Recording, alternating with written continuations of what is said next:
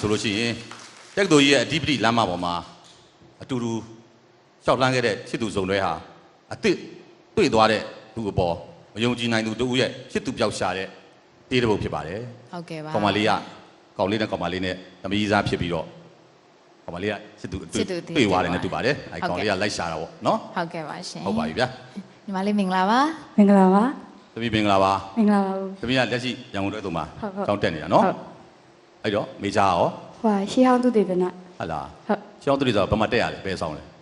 သမီးကပထမနှစ်က RC2 မှာရှိသေးတယ်ဟုတ်2မှာဟုတ်မိန်းနဲ့ရောက်ရင်တော့ဝေတာလေးစားဟောဘယ်နှစ်တက်ရလဲ4နှစ်မဟုတ်ဘူးဥငှက်ဘာလို့မေးတာလဲဆိုတော့ဥငှက်တို့တုံးကအဲ့ဒါမရှိဘူးလေနော်အဲ့မေဂျာမရှိလို့နော်ဟုတ်ပါပြီသမီးဒီသချင်းလေးသမီးရွေးချယ်တီဆိုပြတဲ့အကြောင်းလေးပြောပါဦးဟုတ်ကဲ့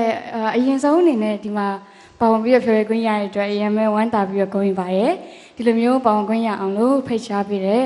ဦးတန်းစောဦးစင်ရမင်းဦးတို့ကျော်နဲ့အနင်ချုံမခိုင်တို့ကိုကျေးဇူးများတင်ပါတယ်ရှင်သမီးဒီသချင်းကိုရွေးပြတာကတော့ဒီမှာဖျော်ပြရမယ်ဆိုတော့တိုက်သူသချင်းတွေကလည်းအများကြီးရှိရဲအဲ့တော့ရွေးနဲ့ဒီဦးလှမှုသချင်းကိုပေါ့နော်ဟုတ်တွေ့လဲတွေ့ရောသမီးဒီသချင်းကဦးလှမှုကလည်းသမီးတို့တာဂက်တာသားဆိုတော့ဟိုးငငယ်လေးကသမီးဒီရောက်ရတယ်ပြီးတော့အကုန်လုံးလဲရမယ်လို့ထင်တာကြောင့်ဒီဟာလေးကိုစုံမဲဆိုပြီးတော့ရွေးလိုက်တာပါဟုတ်ပါတယ်ဒီသချင်းကတော်တော်အောင်မြင်ခဲ့တဲ့သချင်းပါလွှမ်းမိုးရဲ့နော်လွှမ်းမိုးကိုစိုးရမ်းတော်ပါတယ်အမှုပညာနဲ့ပတ်သက်ရင်တော့နော်ဘယ်ရောညာရောအတအား online နဲ့ပြည်ဆိုင်ရှင်တူပါမှန်ပါတယ်နော်ဟုတ်ကဲ့နားဆင်ခံစားကြည့်နော်ဟုတ်ကဲ့ပါအားလုံးနဲ့တူတူနားဆင်ပါမယ်ဟုတ်